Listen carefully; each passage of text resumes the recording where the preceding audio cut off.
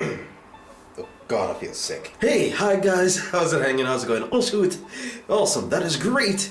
Great to hear. I think most of us can probably agree on one thing. There are a lot of slow players in Magic and in Yu-Gi-Oh! Just the same. Doesn't really matter where you go to, it can be from kitchen table Yu-Gi-Oh! To premier and tournament events. There's just gonna be that one guy or one gal that takes 20 decades to figure out, oh, maybe I want to play a land this turn, or maybe I probably want a set card in the main phase too. And here are 6 tips to help you, basically help you play faster. So let's get right into it. So for the first thing, think while your opponent is thinking. That kind of can be a little bit confusing. Well, I think it's pretty straightforward, to be honest, for me. And again, think about what your plays are going to be. So like, think about what you're going to want to do main phase 1, main phase 2, or post pre-combat main phase, during combat and all that type of stuff. Think about your possible outs or very bad board states that you're in. Number 2 is a little more close to Yu-Gi-Oh! Or different card game. It's a little more close to Magic Gathering than different card games like Yu-Gi-Oh! Or Vanguard or anything like that, is that look at your opening hand before your opponent does.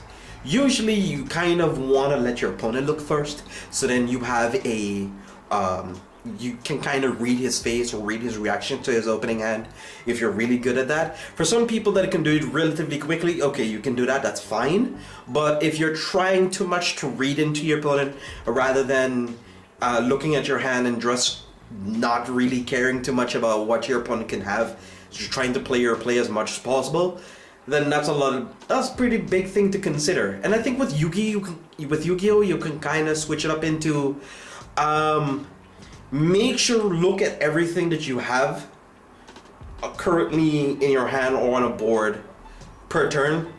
Just quickly take a quick look at it even during your opponent's turn, so then you make sure have everything set up on lock, so when you get to your turn you know exactly what to do when. So this kind of fits into number 1, but it's a little bit different. Now number 3. Number 3 is a little bit more important. It is practicing, because you know what they say, practice makes perfect. And the more you practice, the more you get better at the game. So the less mistakes you make, or the slower that you play or you end up playing. If you don't understand a deck, there's oftentimes you'll be taking a little bit too long reading your cards. So practicing helps a whole lot. So as long as you do that, I think you should be fine. Now for number 4. Number 4 fits in a little closer to number 3, whereas you don't take too long to make mechanical actions within the game, or just like relatively simple things that you can just do relatively easy. Like, do not tap like land for land whenever you want to cast a spell. If you know what colors that you need, line up all the colors accordingly, and then just tap them all in unison. So then you also save time, and you also save a whole lot of effort, man. Why would you want to tap land for land? Are you trying to drive yourself crazy? Especially if you're playing something like a combo-ass deck, or like in Legacy or something. I mean, why would you want to do that? Like Blue Tide or something. Or in Yu-Gi-Oh! When you just need to activate a certain trap tile card or activate a certain trap, and then you just take 15 million years to think of like the mechanics behind all of it. Try to remember your chain links, and which order that you need to activate them, so then you don't make any mechanical errors, and as long as you do number 3, you won't have any problems with number 4. So practicing helps you against mechanical errors. They go one and the same. Alright? So number 5. Number 5 fits in closer to number 1, where you can have a continuous train of thought. So basically try to think as much as possible during the turns of your opponent is playing, as much as possible, so then you can figure out which plays that you need to make. So say for example, you're playing a combo deck, try to keep the combos in mind as quickly as possible while you're making the plays, so you don't get much in any confusion whenever you're making your plays. So say for example in Yu-Gi-Oh! You play a blue Oni deck. Rip, by the way, since you don't have a Vowel Chain, it's going to be relatively hard to make that combo work anymore. Can't really anymore, I think.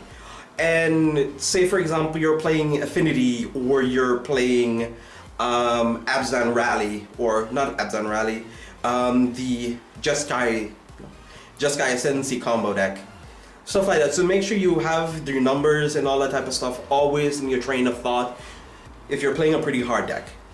Alright, and on to number 6. If all else fails, I'm sorry, you're just gonna have to play a faster deck. If it's too hard to keep up with it, just play a faster one. I don't know, just one that doesn't take too much thought to play. One that has pretty good win record, I guess, if you're looking to top. And one that is fun and fast for you to play.